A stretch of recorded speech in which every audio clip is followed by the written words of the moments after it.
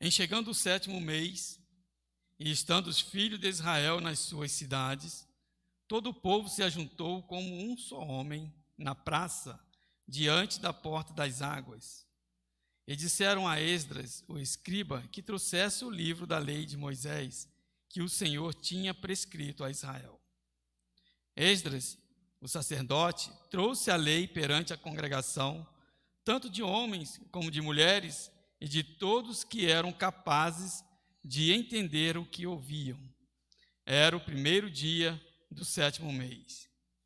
E leu no livro, diante da praça que está de fronteira à porta das águas, desde a alva até o meio-dia, perante homens e mulheres, e os que podiam entender. E todo o povo tinha os ouvidos atentos ao livro da lei.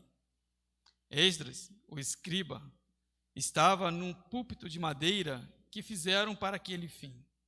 Estavam em pé junto a ele, à sua direita, Matitias, Sema, Anaías, Urias, Ilquias e Maaseias, e à sua esquerda, Pedaías, Misael, Malquias, Assum, Asbadana, Zacarias e Mesulão. Esdras abriu o livro à vista de todo o povo, porque estava acima dele. Abrindo ele, todo o povo se pôs em pé. Esdras bendisse ao Senhor, o grande Deus, e todo o povo respondeu: Amém, amém.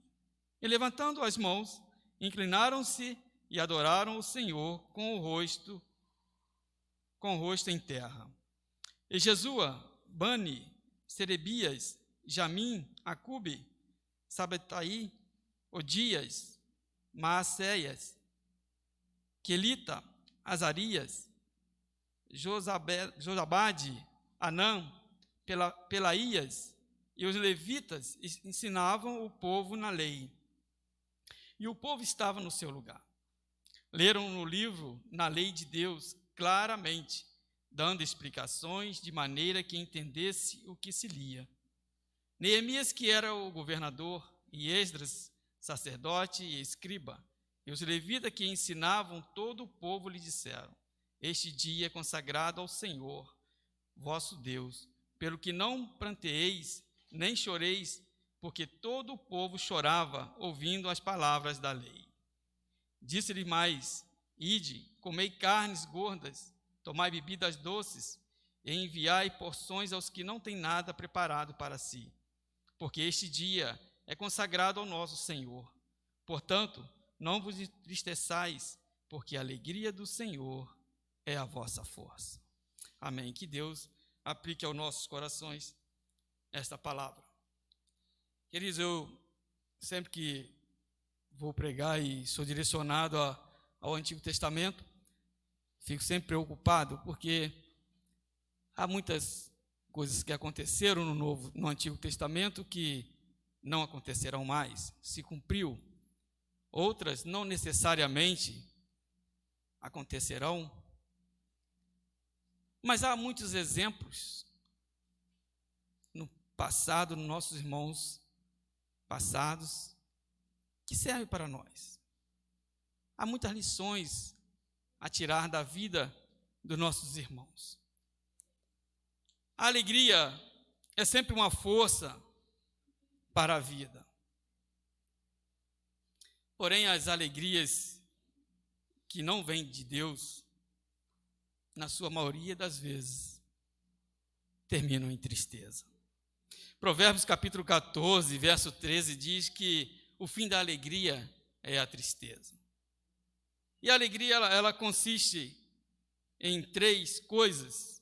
Primeiro, ser. Segundo, ter. E terceiro, fazer. São essas 3 coisas que trazem alegria. E para nós, cristãos, a alegria consiste em sermos filhos de Deus. João, capítulo 1, verso 12, diz que nós somos filhos de Deus. A alegria para os cristãos consiste em termos todas as bênçãos espirituais. Está registrado lá em Romanos, capítulo 8, verso 37. E a alegria para os cristãos consiste em servir ao Senhor, registrado no Salmo 100, verso 2. Cantávamos alguns anos atrás, né? Não pode ser triste um coração que ama Cristo. Não é assim que a gente cantava? Não pode ser triste. Como ser humano, entendo que muitas vezes ficamos tristes, sim. Ficamos abatidos, mas nós precisamos encontrar a nossa alegria. Precisamos resgatar a nossa felicidade. Precisamos reconstruir a nossa vida. Queridos, o texto de Neemias, capítulo 8, marca um momento significante na reconstrução espiritual e social do povo judeu. Após o exílio babilônico, algumas edificações já haviam sido restauradas, recuperadas, mas ainda havia desânimos, ainda havia desesperanças, traumas, sentimentos, e o povo precisava retomar a sua alegria.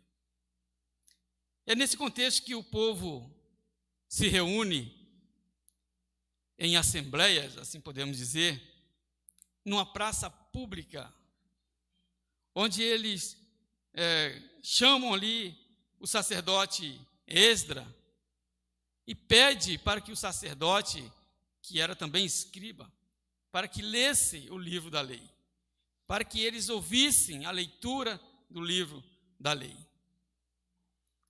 Foi um momento emocionante e inspirador para o povo ao ouvir a lei de Moisés dada por Deus. E no versículo 1 que nós lemos, destaco aqui a importância que o povo dava à lei de Deus. A importância que o povo de Israel dava à palavra de Deus. Olha, eles se reuniram em massa. Todos foram para a praça para ouvir a palavra de Deus. Diante das adversidades que ainda enfrentavam, eles param para ouvir a voz de Deus. Sabe, irmãos, às vezes, diante das adversidades, o que menos queremos é ouvir a voz de Deus. Não queremos ser confrontados. Ao abrirmos o livro da lei, somos confrontados. Os nossos erros, nossas falhas são apresentadas. Estamos diante de um espelho, aparecem os nossos defeitos. E diante de problemas, muitas vezes, o que nós menos queremos é nos aproximarmos de Deus. Essa assembleia, essa reunião, liderada por Esdras e apoiada pelo governador Neemias, destaca a importância da palavra de Deus na reconstrução, na identidade e da fé do povo de Israel. Queridos, se quisermos reconstruir a nossa vida, seja ela no âmbito emocional, seja ela no âmbito espiritual, no âmbito familiar, no âmbito moral, é na palavra de Deus que vamos encontrar orientações. É na lei de Deus que vamos nos acertar. O que me chama a atenção é que aqueles que se reuniram, como diz o texto, eles se reuniram como se fosse um só homem. Queridos, isso me dá uma ideia de que ali havia um silêncio absoluto. Ali havia uma disciplina, havia uma concentração. Somente a voz do sacerdote era ouvido. E pasmem, eles estavam numa praça pública. Estavam num lugar aberto, Hoje eu diria que seria impossível uma reverência na praça pública. Mas isso mostra que a palavra de Deus era valorizada por aquele povo, respeitada por aquele povo. Queridos, eu quero abrir aqui um parênteses e receba isso como uma advertência do seu presbítero. Confesso que eu não gosto de sentar no banco de trás da igreja. Eu fico mal. Aqui na frente, o entra e sai. Não fazemos nem 2 horas de culto, irmãos. Nem 2 horas de culto. Entendo que os irmãos que cantam, que estão falando, né? Estou com a garganta seca aqui. Toma água, tem. Mas o que justifica, irmão? Daqui a gente observa, é um entra e sai constante, meu querido. E olha, aquele povo ficou ali na praça, ouvindo a leitura da lei de Deus. Sabe, irmão, aquela época que os diáconos, na hora da oração, andavam, né, no corredor, vendo se os adolescentes, os jovens, as crianças estavam de olho fechado. Isso passou, irmão. Segurar na porta, mandar voltar, não vai fazer mais isso, irmão. Mas qual é o apreço que você tem pela palavra de Deus? O que te prende dentro da igreja?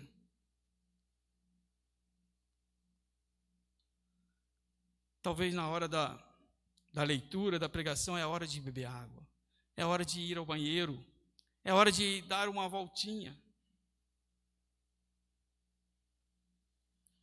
Queridos, no verso 2 e 3 nos diz que ali havia homens, mulheres, e todos eram capazes de ouvir e entender. A ênfase era na compreensão da lei. Não bastava simplesmente ouvir, não bastava simplesmente ler, mas sim entender. E entender e aplicar em suas vidas. O texto diz que Esdras e os levitas explicavam o sentido da lei enquanto liam. Existem pessoas que se gabam, né, dizendo ter lido a Bíblia tantas e tantas vezes. Mas muitas delas hoje andam muito distante daquilo que leram. Vivem uma vida muito distante do caminho do Senhor. E o que adiantou de ler 2, 3, 4 vezes a Bíblia toda? Entendeu? Compreendeu? Colocou em prática na sua vida? Queridos, é importante que a leitura da palavra de Deus seja acompanhada de explicações por pessoas que têm esse ofício, exercem esse dom com maestria, se dedicam, para que possamos ouvir, aprender e aplicar nossas vidas, para crescermos espiritualmente. Queridos, não existe outra maneira de estudar a Bíblia se não for pela Bíblia. A leitura da palavra de Deus não só informa, como transforma a vida do homem, transforma a vida do pecador. A leitura e a explicação da lei de Deus garantiram que todos compreendessem o significado e aplicassem em suas vidas. Um outro ponto interessante nesses 2 versículos é o tempo que foi exposto à lei do Senhor. Não foram 40 minutos nem 1 hora. Diz o texto que foi da alva até o meio-dia. Não sei, mas seria 6 horas da manhã. Talvez aí entre 4 e 6 horas a duração da leitura dessa lei. Eu certa vez fui visitar uma igreja, trabalho de adolescente, e havia ali um pregador falando sobre José. Ele falou 1 hora certinho. Uma igrejinha pequena, bancos de tábua. Eu já não sabia, mas não tinha mais posição para ficar. Doía tudo. Mas confesso que eu queria só 10 minutos para me ir lá fora, espreguiçar e voltar. Ele podia falar mais 1 hora. Como estava gostoso. como que estava bom, ninguém saía. Todo mundo se mexia no banco, se retorcia, mas ninguém tinha coragem de levantar para sair. A atenção do povo, desde o amanhecer até o meio-dia, mostra um anseio pela orientação divina e o aprendizado espiritual. Queridos, poucos de nós estamos dispostos a isso. Poucos de nós estamos dispostos a parar para ouvir a lei de Deus, para ouvir a leitura da palavra de Deus. Daí as dúvidas diante das adversidades que nos vêm. Não sabemos discernir se é certo, se é errado, e o pior que na dúvida acabamos fazendo, e muitas vezes estamos agindo errado. No verso 5 e 6, nos diz que quando Esdras abre o livro, todos se colocam de pé. Não quero dizer, queridos, que aqui colocaram de pé em reverência à palavra, mas eu entendo que numa postura de prontidão. Ouviram a palavra de Deus em pé, durante todo o tempo, porque eles estavam ali prontos para ouvir e aplicar em suas vidas. A leitura da lei de Deus por Esdras não foi apenas um ato litúrgico, mas um ponto de virada para o povo de Israel. Foi um marco na história do povo de Israel. Durante a leitura, o povo se coloca de pé. E após a leitura e a explicação, responderam amém. Sim seja, concordo, aceito. E com o rosto em terra, levantam suas mãos e adoram o Senhor. Isso mostra, queridos, que o povo estava profundamente emocionado pela leitura da palavra de Deus e reconhecem a sua importância. Há muito tempo, num congresso de UPH, um pastor que palestrou com a gente, ele veio do interior de Minas Gerais e foi morar em frente a uma igreja que ele disse que a igreja abria às 6 horas da manhã e só fechava lá para as tantas da noite. E ele observava que entrava, saía gente, oradores, pregadores, enfim, entrava aquele movimento o dia todo. E ele, então, curiosamente, um certo dia, ele entra nessa igreja, senta lá no cantinho e fica ali algumas horas observando. E ele disse que ali cantaram, oraram, expulsaram demônios, fizeram curas, mas não leram a Bíblia nenhuma vez. Não leram a Bíblia nenhuma vez. Falaram de campanhas, falaram de tudo, menos leram a Bíblia. Queridos, há muitas igrejas que não usam mais a Bíblia durante o culto. Não usam mais. Para alguns, a Bíblia precisa ser atualizada.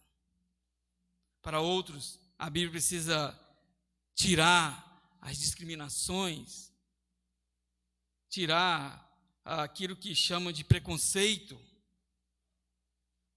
Vale aqui destacar a importância da liderança em ensinar o verdadeiro evangelho. Queridos, eu gosto muito das músicas, eu acredito que todos vocês também gostam, dos instrumentos, nossos músicos se dedicam, mas há momentos que eu sinto que a maior ênfase é dada à música do que à palavra. A música tem se tornado algo mais importante do que a palavra, onde as pessoas se alegram, as pessoas vibram, mas quanto à palavra, se machucam, se ofendem, não se reverenciam. No verso 9 e 10 diz que o povo estava em prantos porque reconheceram seus pecados e se arrependeram. Neemias, que era governador, decretou que aquele dia fosse consagrado ao Senhor, que não deveriam chorar, mas sim se alegrar. E ele diz, porque a alegria do Senhor é a vossa força. Mesmo diante dos erros, da tristeza, do pecado, a resposta de Deus é de graça, é de misericórdia. Mesmo diante da nossa tristeza, mesmo diante do reconhecimento dos nossos erros, é graça. O perdão de Deus é de graça. Chorar diante da leitura da palavra de Deus reflete um coração tocado, um coração quebrantado, enquanto a exortação, a alegria ressalta a esperança e a restauração prometida por Deus. O choro do povo era uma demonstração de que estavam dispostos a reconhecer os seus erros e mudar a sua vida. É importante também, queridos, que estejamos dispostos a reconhecer os nossos erros, estejamos dispostos a mudar de direção. Ainda que o pecado nos entristeça, ainda que a angústia sobrevenha ao nosso coração, mas devemos buscar o perdão de Deus, buscar a graça de Deus. A alegria do Senhor é a nossa força. Que Deus nos abençoe.